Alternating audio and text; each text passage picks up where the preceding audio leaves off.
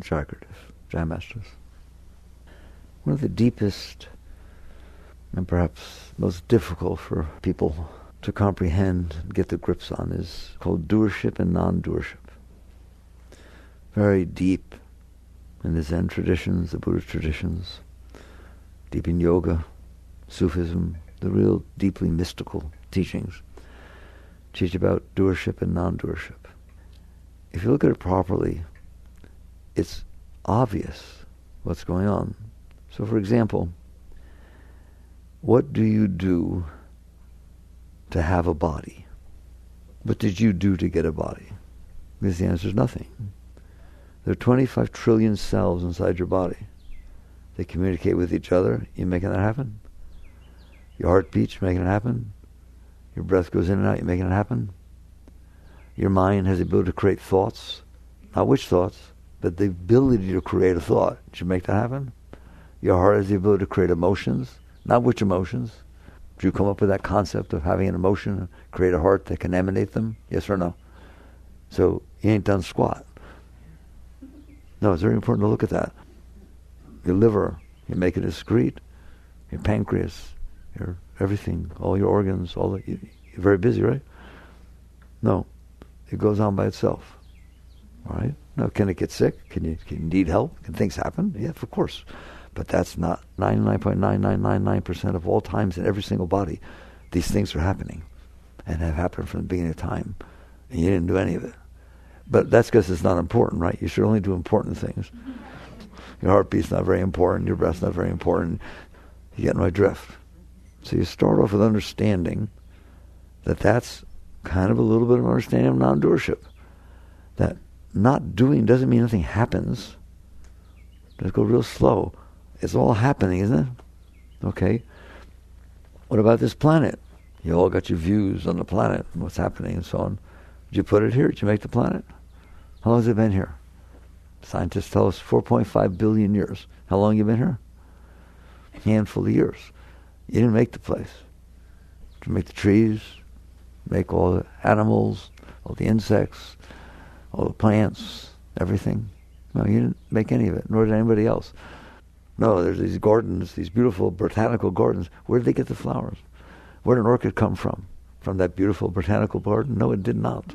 It existed long before. So you start understanding there is stuff that goes on, like a lot of stuff that you didn't do. And it's important. You make it rain. You make there be this thing called rain. You know, I once gave a lecture on, you water your plants, you water your garden. How does the Black Forest get watered? How does the rainforest get watered? How does these are massive things? You got a lot of watering pails, all right, and sprinklers. They got an underground sprinkler system going on throughout all that? No. How does it get watered? Well, let's see. There's this thing called the sun in the sky, this star that's very hot, and it evaporates water. Did you make that happen? Did you make the sunshine? Did you make it be just right distance to evaporate water, to make it so that water evaporates? That the molecules of water can also turn into vapor if they go at certain temperatures, and that the vapor can raise up in the air and form these things called clouds. Did you make clouds? No, okay, I see, I'm sorry. And then there's this thing called wind. Did you make wind? And it blows the clouds away from the ocean over the land. Oh my God. Then what happens? Then they drop their water. What water? I just told you what water. And that is your watering system. Did you ever think about it? Did you do it? No. All of these things happen all the time, and you're not doing any of them. You're the beneficiary, but basically this thing called non-doership doesn't mean things don't happen. It comes down to doing and not doing is not about whether things are happening or not. It's about whether you think you're doing them. When you see when it's all said and done, we're going to get down to that. You're not doing anything. Really, relatively, it's so small what you're doing is ridiculous. And it's like, what holds the atoms together? Why are there atoms? Did you make them? Why do they bond together? Who made covalent and ionic bonds? Who made those? You did? If they're not happening, then there's no atoms bonding together to molecules. There's no molecules, there's no anything at all. Every single thing. You see things sometimes. Did you make your eyes? Did you make your eyes be able to see? Make me an eye that sees. No. No, you can't. You can't do any of these things. It is a state of non-doership, but just reality happening. If you took into percentage what you think you're doing compared to the foundation upon which you think you're doing it, the stage on which you're playing, all of creation and everything, you're not doing anything. You're not doing .000000000 to the minus billion of what's going on. You're not. Anything going on in France right now? On a certain address, a certain road, a certain house, are you doing it?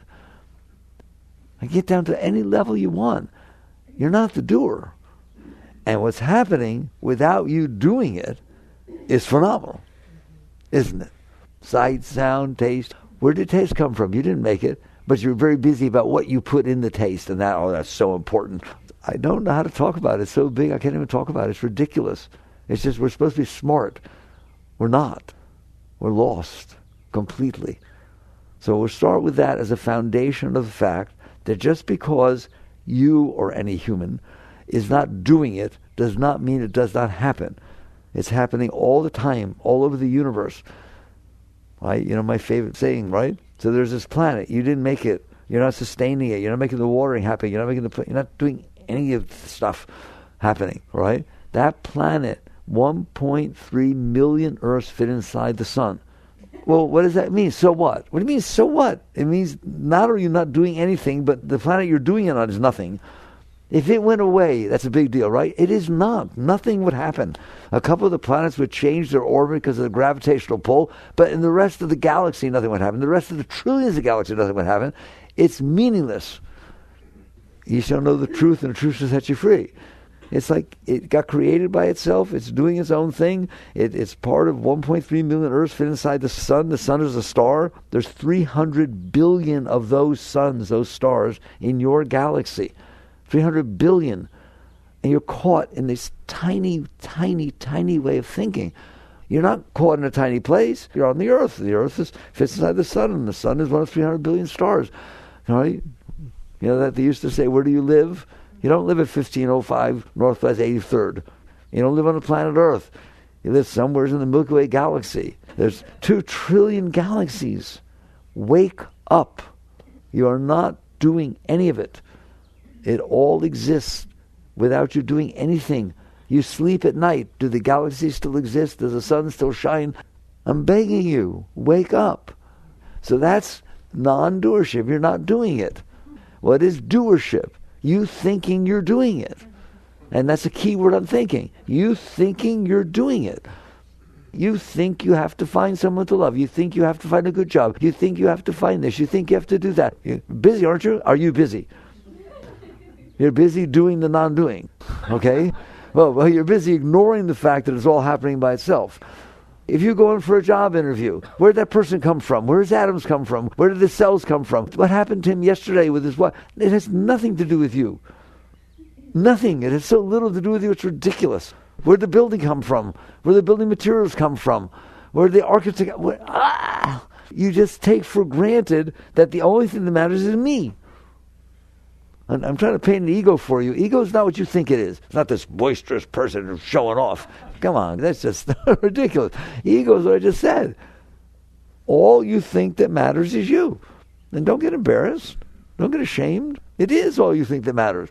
Like I said, if you walk into a building for a job interview, it doesn't dawn on you where the building come from. It doesn't dawn on you. You say, well, what floor is it on? Why? Because I can go into that person. Where did the person come from? Where their parents like? Where's this? Where's that? It's all tied together and has nothing to do with you. In the new book, in Living Untethered, I tell this story. I won't tell the whole story because it's my favorite part of the book. All right? If your great-great-great-grandmother did not meet your great-great-great-grandfather, you're not here. And what did you have to do with those events? Or any of the subsequent events? Or how they met? Or anything? You're not doing anything. You didn't do anything. It all is just there in front of you. Where did it come from? You don't care. You only care to get the job. You only care to, oh my God, that I have some spinach in my tooth. Seriously. Okay? That I have a spot on my pants, or that I impress somebody. I, all the time. I, me, mine, the Beatles song. I, me, mine. Wake up. So the question is, how difficult is it to live on this planet that you didn't make, that's existed for 4.5 billion years. You're only going to stay here for 70, 80, 90 years. Give me a break. You drop down on this amazing planet, spin in the middle of nowheres, and you stay for a few years, and you leave. How you doing? Terrible. Every once in a while I'm okay. The rest of the time I'm trying to be okay, aren't I? And trying to not be not okay. Why? Because you think you're the doer. Because all you look at is me. Me. What do I want? What do I need? What do I not want? What makes me happy? What makes me sad? What makes me this? Every single thing, all the time. And then you wonder why there's stress. And you wonder why there's anxiety. And by the way, you wonder why you're not okay. I can tell you why you're not okay. I don't even know you. I don't care. I'll tell you why you're not okay. Because you did not create this world. You did not create the moment that's unfolding in front of you. It is the result of all the forces that ever existed coalescing together to create that moment. How many of those forces were you part of? None. A minute ago, the person was over there. You don't know what's happening. Now they're here. Ah! When they're over there, there's no problem. When they're in front of you, ah! And you wonder why you're not okay. So why you're not okay? You're not okay because you're here on this beautiful planet, spinning in the middle of nowhere for a few years. How can you not be okay? Let's say you send your kid to Disney World, and they come back neurotic. It was terrible. I hated it. The lines were so long, and I sat next to somebody in the ride, and I didn't even know them, and I didn't feel comfortable, and it was a boy or a girl, and I don't like them. And oh my God, that's a problem. That's what you did when you came down to planet Earth. Instead of saying, wow, look, there's trees. There's no trees on Mars. There's no anything. Right? Look, there's people. Look, there's things to do. Look, there's rain. Look, there's snow. Look, there's hot. There's cold. There's dark and night. And oh my God, how many things are there? You can't count them, and they're free. Don't they say that? The best things in life are free. They are free compared to Mars. Go on to Mars and tell me how you're doing. If you want to go to Mars, give me a break. There's nothing going on. It's just sand, and it's true of every single planet. It's either sand or dirt or gases. Go have fun. You won't, will you? I'm telling you, if you were on Mars for a little while and a roach ran by, you'd try to catch it to be its friend. Not to kill it or throw it out. I mean, like, wow, hello. So you have these amazing events. Which one? All. They're all amazing. Why? You did not create them. They're going on by themselves. They were created by themselves, and they're just gifts. They're just gifts you get to see. And by the way, how do you see them? Because you were given senses. Did you make your senses? No, they were part of the gifts.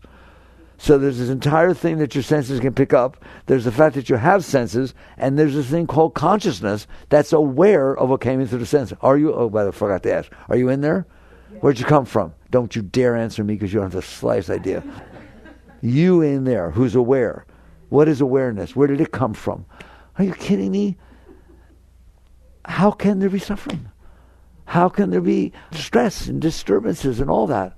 If you come back and realize, I understand, in a minute we'll get, nothing I'm ignoring it, okay? But if you get to the point of reality, which is you drop down from somewhere, who knows? I don't know. And then you live a few years, and every minute of every second of your life, there's something going on in front of you, exciting, challenging, interesting. Stop comparing it against what you want. Compare it against nothing. Remember that song, Would You Rather Be a Frog? Or would you rather be in outer space with nothing? Because that's where you are. You're floating through dark, empty space in the middle of nowheres, but you have all these things going on, and all these colors and shapes and sounds and sights, and it's an amazing place, isn't it? Okay? All right. So what is so hard about dropping down on this planet? Moments flow in front. You could stand in one place, and moments will flow in front of you. Nothing stays the same ever. It's a happening place. I said it's hard to talk about because it's so big and we're so lost. So you drop down, moments are unfolding in front of you. You get to experience them. That should be enough. When you go to a museum, doesn't mean you're painting and doing the thing. You get to experience beauty and color and different things, right? Life is that. You're experiencing form, shape, color, sounds, sights, taste. No matter which ones. The very fact that there are any at all is phenomenal, isn't it? And so you're here, and then it goes on, and not only are you going to just be here for a short period of time that not only does it change all the time, but you change all the time? Talk about 10D chess, all right? It's like God's big, right? So your body is changing all the time. It used to be this big, about a foot. It used to be like, and then it grew up into this thing 6 feet. What did you do? Stretch it? What did you do to make your body go from when it was born to the size it is now? Nothing. You ate Peeps and smoked cigarettes and drank Coke, and it still did it. So every day it's different, and you're different, and because you have experiences, you have this thing called a mind. It gathers these experiences, and every experience you have makes the mind be different. You watch a movie you like, you think differently. You meet somebody, you think differently. It's so dynamic, it's unbelievable. It's the most interesting, fascinating thing that could ever exist. I call Earth God's idea of Disney World. So here, have fun, experience, enjoy, and then at the end, there's nice to know there'll be an end. Don't worry, you don't have to stay. Not I don't get to stay, and we didn't get there yet. There's no someone thinking like that. You're just in here experiencing reality, which is phenomenal, appreciating that everything exists. Like I said, when you go in for the job interview, the first thing you see is, oh, I'm still breathing. That's a good thing. My heart's still beating. My blood is still flowing. Okay, good. Right? What if you had that awareness? You should get to a point where you go in that job interview and the person says, all right, what is your resume? And you're shocked that you understood what that meant. That you have, this guy made noises out of his larynx. And they went into your ears as noises. They're noises. And somehow your brain told you what it meant. That's phenomenal. You should be in awe, blown away all the time. Okay? That's what's going on inside. There's no stress. There's no anxiety. There's no sense of doership. There's a sense of, wow, awe about everything. Why? Because it is all awesome. I mean, is it not true that the very fact that I can make noise, that's all they are. They're not words. They're noises linked together. And that our larynx and our vocal cords are able to make noises so discrete that we can do all this. And that the noises I make go in your ear and you relatively, reasonably know what I meant. I don't know how you can exist in this world moment to moment without being blown away. It just blows you away that this is what's going on. Okay, and there's no doership there. You didn't do any of that. It's all your experience. You're just experiencing. And I haven't even touched, I won't slightly touch the fact someone's in there knowing that they know that they know. Okay? There's consciousness. There's awareness of being in there. Okay? All of this is just phenomenal. All right. So where's the beef? You have a brilliant mind. You're given a brilliant mind. You have a brilliant mind. You think, oh no, Einstein's brilliant or Elon Musk is brilliant. No. I'm not comparing Einstein with Elon Musk. I'm comparing you to a possum or a raccoon or a bird. Okay? They have minds too, but they can't do as good as your mind. You have the human mind, and the human mind is phenomenal, isn't it? Split the atom. It put the Hubble and the James Webb telescope there, can see the beginning of time. I can't talk about it. Okay? That's just another gift you were given. You didn't make your mind. I don't care that you can shove stuff in your mind and repeat it. That doesn't impress me. What is the mind? Where did it come from? Why did you got one? How much did it cost? So you start catching on that you've got all these assets, you've got all these gifts, and you have a beautiful world, and you just have a beautiful life. Every one of you have a beautiful life. Everyone has a beautiful life. Why? Because they have the life on the planet Earth, the things moving around. Okay? That's what's going on. All right. So where's the beef? The beef is that when you drop down here from wherever, and I don't care, when your awareness of being drops down here into this body, it has this tendency, consciousness has a tendency to identify with what it's paying attention to. I'm going to repeat that to you. That's so fundamental, it's unbelievable. Awareness, what is consciousness? Awareness. It's awareness, it's aware. Can you focus on something? Can you look at that pillow instead of the rest of the room? Can you focus on a thought? Can you focus on your finger? Consciousness can concentrate, contract, right? Concentrate down and focus on one spot, or it can not concentrate and see the whole room or the whole field.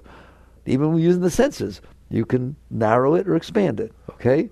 Consciousness has a tendency, we can talk about why, maybe we can touch that, we can talk about really deep stuff, you talk about why, all right? Consciousness has a tendency to identify with what it is aware of. Consciousness has a tendency to identify with what it is aware of. And the more you're aware of it, the more it identifies with it. The more you focus on it, the more that becomes your world. Why? That is your world. You're not experiencing what you're not experiencing. That's not your world. You're experiencing what you're experiencing. So your world immediately went from the whole universe down to what you're experiencing. It didn't really.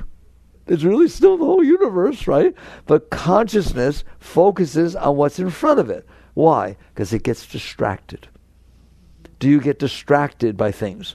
So consciousness identifies what it's aware of, and consciousness can be drawn down to really the noisiest thing. If there's a real loud noise, you're out there listening to that. If there's a bright light, what was that?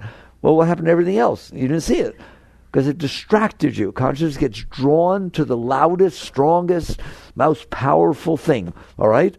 An enlightened being doesn't, because they can experience the entire universe without getting distracted by any part of it. I always tell you, in the 60s, we talk about expanded consciousness. No.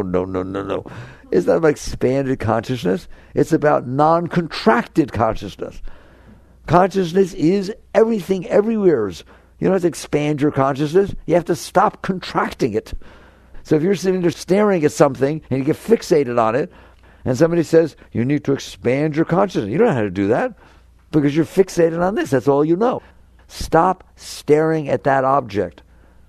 And then all of a sudden, the consciousness goes out by itself because it's not contracted. You understand how deep we just talked about? That's Patanjali Yoga Sutra. That's what pratyahara is. Withdrawing the consciousness from the senses. That sounds like, I got to rip my consciousness away from my senses. No, you have to stop focusing your consciousness on the senses. Your consciousness has nothing to do with the senses. It's getting distracted by them. The consciousness exists without the senses. How do you know? Close your eyes. Go to sleep. Every one of you practice pratyahara when you go to sleep. People can walk in your room, they can talk. Where are you? Your consciousness is not being distracted by your senses when you're asleep. If it is, you're not sleeping. What's that noise? What's that? Oh my God, I can't go to sleep. Of course you can't go to sleep. Because going to sleep involves, more than that, but it involves the consciousness not being distracted by the senses. Because if it's distracted by the senses, you ain't going nowhere. You're staying right here. Isn't that simple? I told you it was simple, didn't I? No, so far nothing I've talked about is you doing anything. So far there's no doing or not doing. Everything's just kind of happening. Even the fact that consciousness gets distracted by the senses and by different things, you didn't do that. How do I know? Try and undo it. If you did something, it's easy to not do. Just don't do it. And yeah, you ain't doing this. These are natural forces, but you can pay attention. So the sleep part, guys, there's so much to talk about. How can I do it all, right? You do understand. Pratyahara is the first step of Patanjali Yoga Sutras for meditation. You can't meditate if you cannot withdraw your consciousness, your awareness from your senses, can you? Because they're drawn right down there. You just listen to what's going on. That's not meditation. So the first step is that ability. Most people would say, no, I can't do that. I don't have the ability. You do it every single night. Every single night.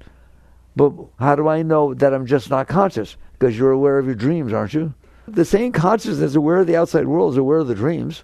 How do you know? When you wake up, you say, oh my God, I had this unbelievable dream. Who did? Me. The same me that was here and came back and went back. I experienced the whole thing, didn't I?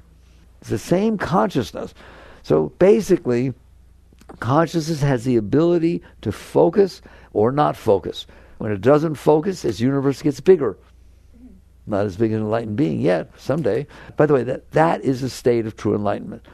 That you are the consciousness, and that consciousness is not being distracted by the senses, is not being distracted by the mind's thoughts, it's not being distracted by the heart's emotions.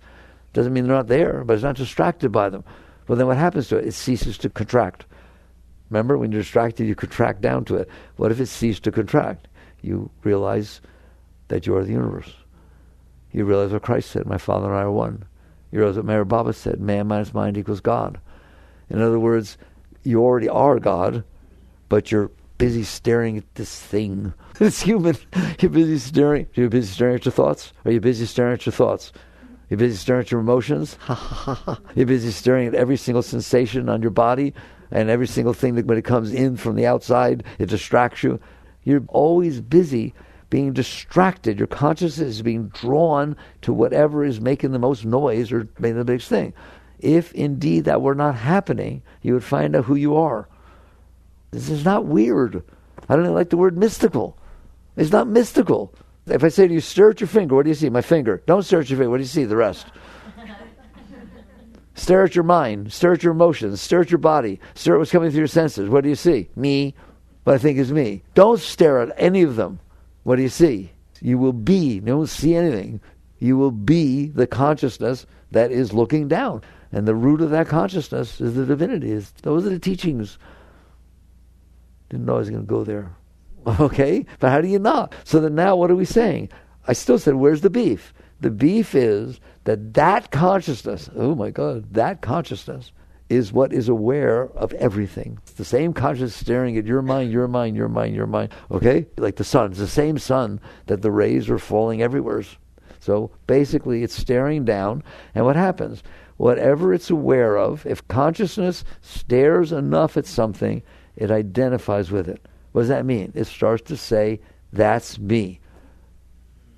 No, you never did that, did you? Right? Watch this. 5th grade, you played Dorothy in The Wizard of Oz. Now, is that you? Are you really Dorothy in The Wizard of Oz? No. I'm playing a part called Dorothy. It's an experience I had. My consciousness had the experience of playing Dorothy. How's that? Did you identify with that? Well, why would I identify with it? It was an experience I had. I had lots of experiences. Yeah, okay, so 10 years later, go back to a reunion and have somebody else say, yeah, you remember in 5th grade, I was Dorothy. See what happens. I was Dorothy. You identify with it. Somebody said to you, the other day I drove by that white line, right? I thought I had. I guess I didn't. It mean nothing to you. But because you focused on it and got involved in it, your consciousness started using the word I about this experience you had. I'm the one who was married here. Who are you? I'm so-and-so's wife, and I'm such and that. Somebody said to me, who are you? I'm George's wife. All right? Okay. And so you didn't exist before George. You can't be George's wife. I just asked you who you are, not what experience you had. I know you had the experience of meeting and marrying George. Okay? But let's say you got divorced. Now you don't exist again. Well, you just said who you are. You defined yourself. I am this. That's my car. Well, what about when it was in the showroom before you bought it? Whose was it? No, not mine. Okay, so then you bought it. Now it's yours. Get away from my car. Get away from my George. All right, so... And so basically, consciousness becomes aware of objects. Which ones? The ones that are passing in front of it. And if it stares at them enough, gets involved with them enough, it identifies with them. And it starts identifying itself. Instead of being this divine, amazing thing called consciousness, it says, I am the one who lives in this house. I am the one who has this job. I am the one who loves so-and-so. I am. You're defining yourself by experiences you had. Has anybody ever loved somebody then not love them? Don't tell me. Okay? Then when you sit there and say, I'm the one who loves so-and-so, then what happens when you don't love them? I'm the one who doesn't love them anymore. That's hilarious. Your consciousness is focusing on objects of consciousness. Emotions, thoughts, experiences outside, those are objects of consciousness. They're things the consciousness experiences. And when the consciousness experiences them, it gets drawn down to focus on them. Ever try to do a complicated math equation inside your mind? Go on, multiply 15.3 times 72. Basically, what you're going to do is concentrate. You're going to focus your consciousness on those thought forms and try to move and carry the one. And you do it by concentrating. So you focus on that. You focus your consciousness. So some things you don't have to focus like that. Like George left you for your best friend. Do you have a lot of trouble thinking about that? He's gone. You don't have to think about it, do you? That's funny. It just keeps coming back, and you keep focusing on it, and you can't get it out of your mind. And so you identify with it. I'm the one that George broke my heart. How long you hold on to that? My whole life. People do.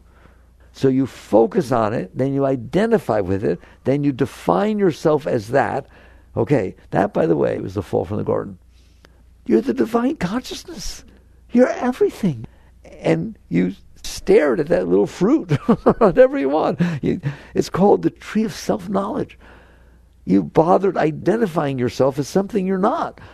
So now I am the one who ate the apple. I'm the one who fell down. I'm the one who has this child. You just start identifying your consciousness with these tiny little things, and then you gather them together, and you say, this is me. I'm this package. Okay, so what's wrong with that? Nothing. It's just something that can happen, except you know what happens? You're not okay when you do that. Now we're going to get into doership, non-doership. We already painted non-doership, didn't we? Okay. Now, what does it mean for you to think you're the doer? It means I am now aware of, I was Dorothy, but now I'm not Dorothy.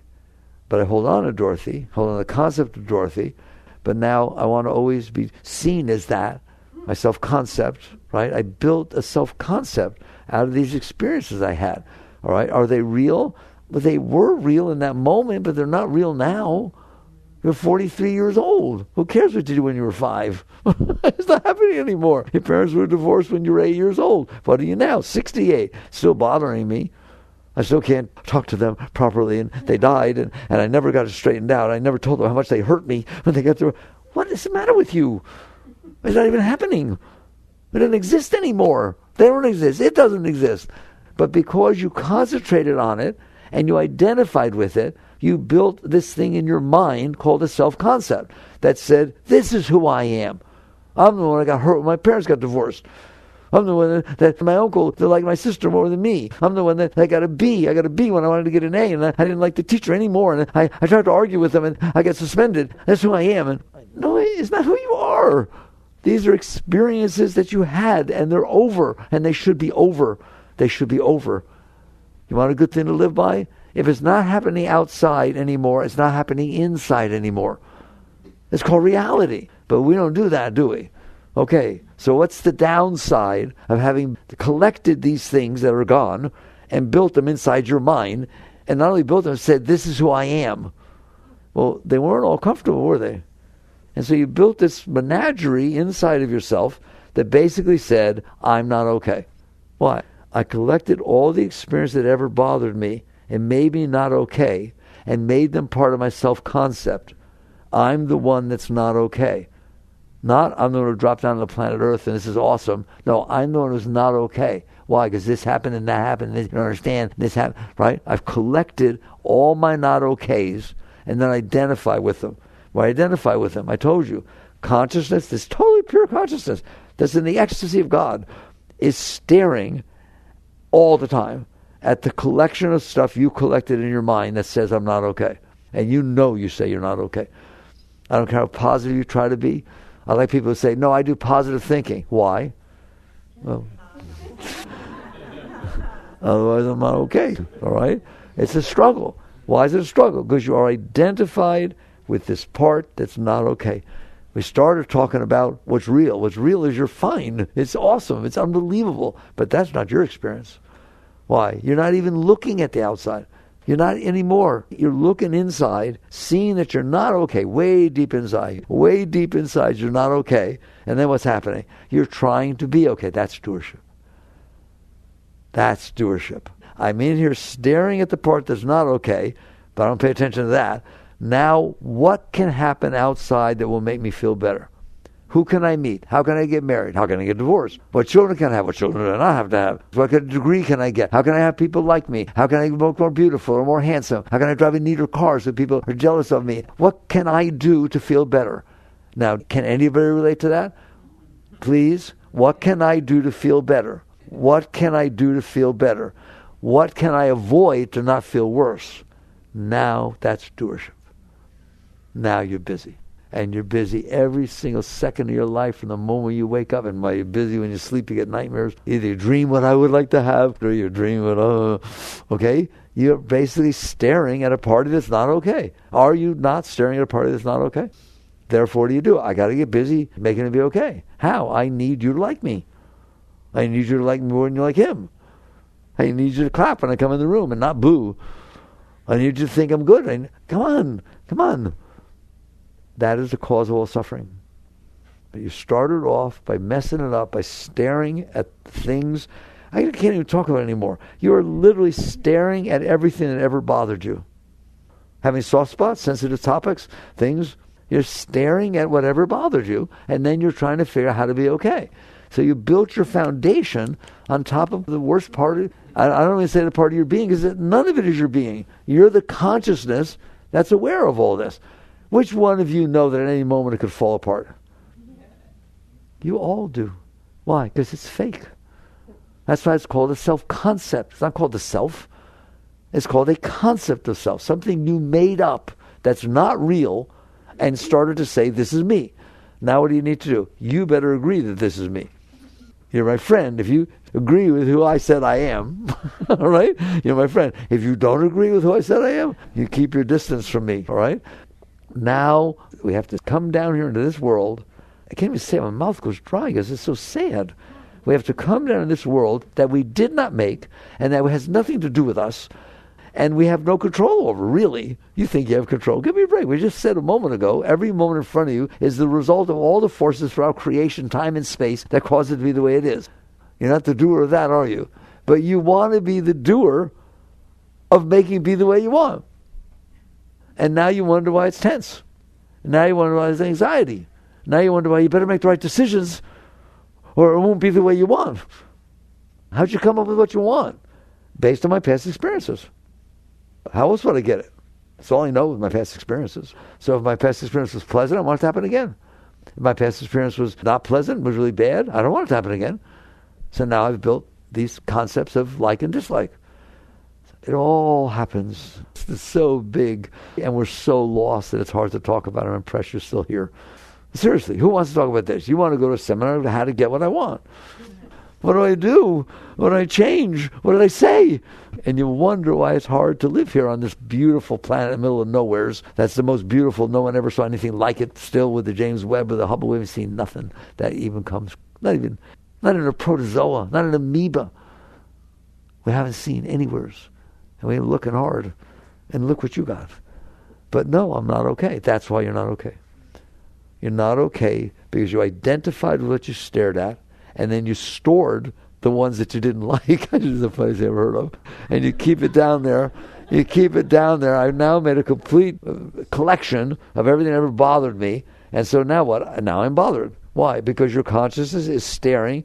I told you once, and I thought I'd get in big trouble by now, but I didn't yet, okay? But at some point, they'll come and get me. You are not depressed. No one is depressed. They're staring at depression. They're staring at a psyche that is completely dark, has no hope, doesn't see any way out, and it's painful. Why? Because you're staring at everything you collected that did that. You're staring at who left you, and who did this, and who died, and this thing, and you failed at this. They're not happening right now. Take somebody who's thoroughly depressed, take them to Disney World. Don't bother. Take someone who's really thoroughly depressed, and give really nice people, say nice things to them. They ain't going to hear nothing. Because all they're doing is staring at this thing they built inside themselves based on the collection of stuff, experience they had that they didn't let go of, they identified with, and now they're saying, look what they say, I am depressed. Whoa, I am, that's the verb to be. That's a powerful verb, the verb to be. It's defining who I am. You just defined yourself as depression. No, if you want to sit there and say, I feel depressed, okay. I'm experiencing depression, okay. Not I am depressed. You see the difference?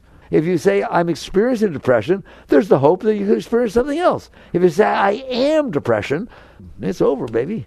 Because there's no way out. You just defined yourself as what you're staring at, and what you're staring at is down. That goes for everything. If somebody hurts you and your heart hurts, or I sit there and say, I'm experiencing a hurt heart. Yes, you are. That's a true statement. Not I am hurt. You just defined yourself as hurt. You're in big trouble. You're not hurt. You're the consciousness. Your awareness of being. And what you're aware of right now is a hurt heart. I understand that. Like something you say that I really like. You say, my mind is driving me crazy. God, we express ourselves and we need to pay attention. That's actually very beautiful. That means you know you're not your mind. My mind, that's possessive ownership, my pocketbook, my car. You're not saying that's who I am. You're saying I own these things, okay? They have a relationship to me. There's a me that has a pocketbook. There's a me that has a mind. Isn't that beautiful? My mind is driving me crazy. You're saying I'm back here independent of the thing, and it's doing something that's bothering me. Good. Then you know you're not your mind. So now you're in here and you have built this thing inside yourself. And it is the most distracting thing in your life. Why? You collected everything that ever bothered you, everything that ever distracted you, the biggest things. And now it's sure distract you, make a collection of everything that ever bothered you and distracted you. You got in a car accident 15 years ago. Still distracts you. You hear a horn blow. You hear somebody skid. You weren't that way prior to 15 years ago. You stored it. Why? It distracted you. Therefore you stared at it. Therefore you identified with it. I'm the one that went with that thing. And so now it's still bothering you, isn't it? There's no dream about it. You still hear a car. Something happens. Okay? And so basically, of course now, if you store the biggest thing that ever distracted you before inside, it's going to keep distracting you. And you didn't store one. You stored God knows how many. And they're distracting you all the time. Therefore, I'm not okay. That's why you're not okay. It's not true that you're not okay. You're such an ananda. You're an ecstatic being. You're right now. You're an ecstatic being. You have no problems. You're whole and complete within yourself. All you're feeling is the flow of Shakti and spirit pouring through your being all the time. That's who you are. But you're staring at a collection that you made of the most distracting things that ever happened in your entire life. And you wonder why I don't feel okay. Of course you don't. So what do you do about it? Here's the clue. Now, again, remember, we're talking about doership, non-doership. All right? Now, you look at that, and you want to feel good. It's, the essence of your being. It's almost like you remember that it could be better, right? You say, I'm looking for love. How do you know there's anything called love? You know it can be better. And so what you do is you stare at this, and you hinder yourself. You handicap yourself by saying, how do I do better if I look through this? Here, my glasses got tinted and dark, and I can't see through them. How do I see well looking through these glasses? Take them off. No, don't clean them. They'll get dirty again. Take them off. Your consciousness does not have to look down and then look out. It does not have to look down through this menagerie you built and then look out into a world that you did not make and you do not control. I'm not saying you have no modicum of control. I'm going to argue that. But you didn't make it the moments in front of you. So now you come down, you look through the party that's not okay, and the only way you can figure out how to be okay is to make that world outside of you be the way you need it to be to offset the junk you held inside. You have to be this way, you have to be that. Don't you dare do that. And every little thing, the tiniest little thing. I told you, my favorite is this. You're in there, you're in a romantic moment, you're completely melted, you're so completely open. You say, oh, I love you so much. You wait. I love you. I love you so much. How you doing? It's starting to come back up, isn't it? All right? Like, whoa. I said, I love you so much. I've never loved anyone. Yeah, I love you too. It's over. That's how sensitive you are.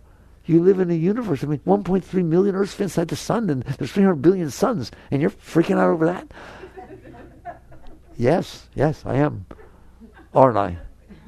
And you've devoted your whole life to not have that happen. Or to have it, I love you so much. Oh, you don't understand. I've never loved anybody as much as I love you. I've given my life to you. Okay, that's good. Good boy. Good dog. So basically, look what's happening.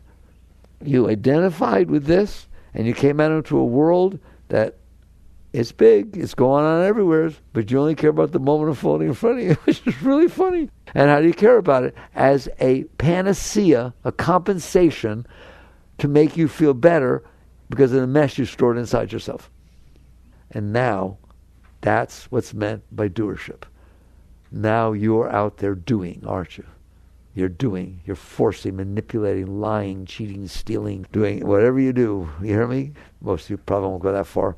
But net result is they go very far, don't they? Now, when I say to you the world is perfect and it's beautiful, well, why are there wars? I just told you. That's the only reason. War is not a natural thing. Hatred is not a natural thing. All this stuff, they're not natural things. They're because your consciousness has identified with this part of you that's not okay. Now, for me to be okay, don't look at her. Who are you talking on the phone? Why were you talking so long? There's jealousy. I'm not okay. I trusted you to make me be okay. Behave yourself. And what does that mean, behave yourself? Be the way I need you to be so that I'm better than I was before I met you. Otherwise, why am I bothering? Right? And I am now going to come out. I'm going to come out and manipulate you and everybody else in my environment and the environment itself, everything, to be the way I need it to be so that I feel better. And to not be the way I don't want it to be so I feel worse. Well, that's really interesting, except that all of us had different experiences. Therefore, every single one of us has a different opinion of how it needs to be. Don't you dare think somebody agrees with you. They can't possibly. They had different experiences. It's so complicated and it's ridiculous. And you're staring at it. And different things turn you on and turn somebody else off. By the way, someone turned you on yesterday, turns you off today. Why? You had one experience in between that changed how you look at things. And now, how exactly are you going to be okay? You're not. Not that way. You're not going to be okay that way. You're going to create stress and anxiety. You're going to live in a state of fear, underlying fear. The strongest amongst you, that have the most money and the most power, are the most fearful. You have billions of dollars, right? You're Forbes' ‑1 richest person in the world, okay? Next year, you're number 2. Oh, my God. Don't you doubt it 1 second. There's no okayness when you're not okay. If what you're thinking, I'm not okay inside, and I will try to create an environment outside of me through power, manipulation, whatever it is, so that I'll be better inside, keep working, baby. Because the next moment's changing. And all it has to do is change in a way that doesn't match what you want, and there's trouble in there. Can you relate to this? Okay, you don't have to live like that. And like I say, that's doership. All the stuff you're doing to try to be okay is doership. And it's just absurd. Can it work a little bit? Of course it can. Of course you can feel lonely and need somebody. Just, wow, that's out of sight. Okay? And then you need something else. When was the last time that you got what you wanted and you never need anything else for the rest of your life? No, it's not going to happen. Because all you're doing is compensate for the mess you held inside. And if you get something to compensate for it, didn't get rid of the mess. It's just temporarily it feels better while you're around. I love you so much. You came into my life. Ever since you're in my life, it feels so much better. Is it okay if you leave? Okay if you get involved with somebody else? Okay if all of a sudden you come home tomorrow and you're a totally different person than you were when you left? So I'm not done. I'm not done with you. Okay, you made me feel better. Go back to the way you were, and don't say things like that, and don't do that. And no, don't take that job because you might meet somebody you like better than me. And I don't. No one can relate. Okay, there is no win in this game of doership. Because what you're doing is attempting to manipulate a world that has nothing to do with you, really. It has to do with itself. You can influence it. I guarantee you, there's no way you're making every moment unfold in front of you the way you want it to be. Not to mention even a year or anything, bigger pieces, right? It ain't happening. And you know it. You know it can fall apart. Has it ever fallen apart? Has it ever fallen apart on you where you didn't even know what to do? I want you to understand, that's fake what you built in there. Something that's real doesn't fall apart. Just with a whim, by the way, it fell apart. So it takes it, and you're living on top of that sinkhole, and you're trying to make sure you don't fall in. What kind of life is that? It's terrible. It's scary. It's absurd, and that's why the world is the way it is. Not because of this or that or some little thing you can point out for a moment. All right, somebody's got this viewer, that viewer. No, it's because people are not okay because they did everything we talked about before. Now they can't appreciate what's happening in front of them unless it's exactly the way they want it to be, to offset what's wrong with them. And it's never that way, so they're always struggling, and then they get together in little groups. Well, I don't agree with you totally, but let's agree about this. And we'll build power together, and we'll just go out there and manipulate everybody else based on the power. Isn't that what's happening? Yes or no? You're doing it too. Okay. That's doership. And they can't hear. They can't hear, but you can. Does it have to be like that? No. Of course it doesn't have to be like that. I just explained to you how it got like that. Just work your way back. All right? It's not going to be okay because you made it be okay. I know you think if the world will be the way I want it to be. Somebody else is sitting right there thinking the world will be they want it to be, and it's the whole opposite of what you said. So that statement, if the world would just be the way I want it to be, everything would be okay. No, if the world was the way you want it to be, there'd be war with the person who doesn't want it to be that way. Go deeper. Understand what's going on. And you understand, okay, the problem is not the world. I mean, of course it's a mess. Because I just told you, how could it not be? We're all fighting with each other. We all have different ideas how it needs to be, and then we fight, and it causes all kinds of tension and anxiety, and that makes us more not okay. So basically, what's the answer? The answer is at least one of you. It takes at least one of you. Stop it. Stop what? That entire process. How? Understand that all you're doing is I'm not okay, and I'm trying to use the world in front of me to make me be okay. That's a problem. That's a problem. But it can make me feel better. You check it out. I don't want to talk about it. See how long it lasts. See how good it really makes you feel. Or whether to get what you want creates fear that you'll lose it or you want it again. There's no win in that game. So what's the alternative? Work on yourself. What does that mean? Go and see that you stored all this garbage inside of you. It distracted your consciousness, and it is sure as heck distracting your consciousness now. Those things that bothered you before are still in there distracting your consciousness. And instead of going out to try to compensate, learn how to not do that. I'm going to cry. But I don't know how to not. I know you don't know how. You were never taught. You were taught how to go out there and manipulate. So instead, why do you want anything? Why do you care that it's raining today or not raining today? Why do you care if this person is attracted to you or not attracted to you? That's a good one. Why do you care if people like you or don't like you? You're sitting on a planet in the middle of nowhere for a few years. Give me a break. Plus, with the fact that they like you or don't like you is determined by how you hit their stuff. It's not something holy that someone likes you. It just means somehow the way you are being right now hits their stuff in a way that makes them feel better. So they like you. Don't worry, tomorrow they won't. And then you can worry about why. Do you really want to live like that? I don't want you to live like that. I don't want you to live like that because I know there's another way to live. And so you come inside and you see this is a mess in here and I can't handle it. Why? I didn't handle it when it happened. That's why I shoved it down there. It distracted me that much. And so now it's still in there bothering me. Okay, so start to work with yourself. And I know time out of time, if you read Living Untethered, my new book, it literally lays down techniques, learning experience that you can do from the simplest thing to the more complicated, how you can learn to not do this. How you can learn to say, okay, I got all this garbage in here. It hurts every time it goes back up. Of course it does. So I shove it back down. Okay, it's not working out so good. What do? Start practicing not putting more in there. That's my teaching. You sit there and say, okay, I need to learn to not do that. To not do what? To not get so distracted by something that I bother to store it inside of me again and just keep putting more stuff in there. How do I do that? You start today by saying in the morning, I'm not going to put more in there today. I may not be able to get rid of stuff that's in there, but it doesn't do much good if I put more in there. I ain't putting more in there today. I'm going to handle today without putting stuff in there. How do I know I can do that? You start with the simplest things. It's raining. I don't want it to be raining. Oh, I don't like to drive in the rain. I think you can handle that. No, yes, you can. You can. You can use affirmation. I love the rain. It makes the plants grow. It gives me food. You can do anything you want. You don't have to sit there and get neurotic about the fact that it's raining when you're driving or when you have to get out of the car to deliver something, you're going to get wet. You get wet every time you take a shower. Don't worry about it.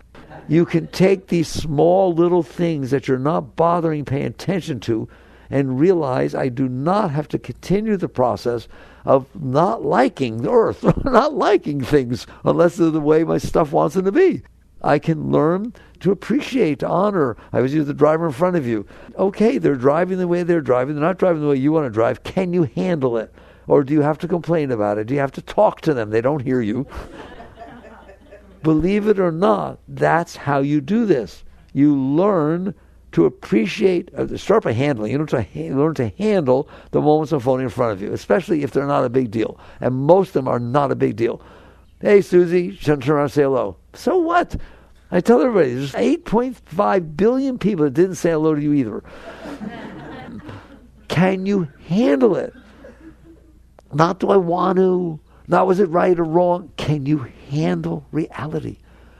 Can you handle it? And you start saying, of course I can. And you learn to let go of the resistance and struggle you're creating inside yourself for no reason, or the stupidest little things.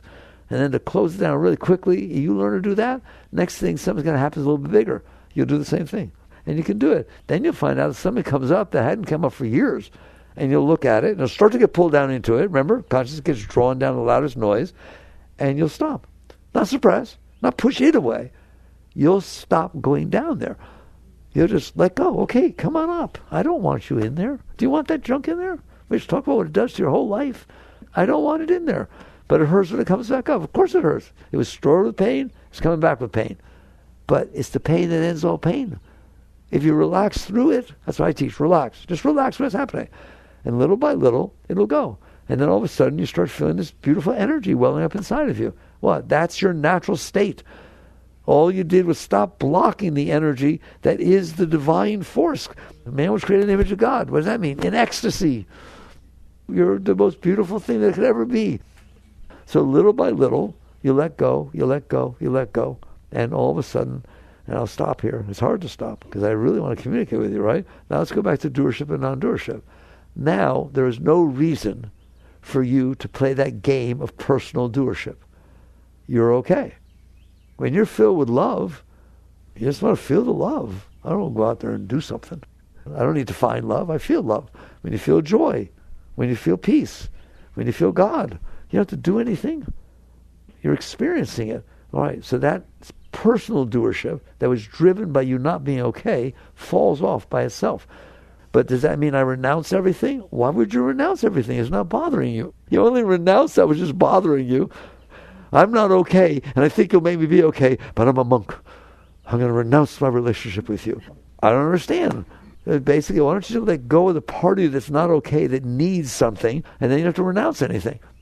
Life unfolds, you're there with it. Now there's no doership or non-doership inside of you. Do things happen? Of course they happen. You're not making the world go round. You don't make the earth spin. It all goes on anyways. But how do I know what to do? It presents itself in front of you. You feel all this love and inspiration. How would you like that? There's no decisions. It presents itself in front of you, and you feel love and inspiration, and you want to express the love, and it just flows out. It's the Tao. It just unfolds, and you're in harmony with the universe.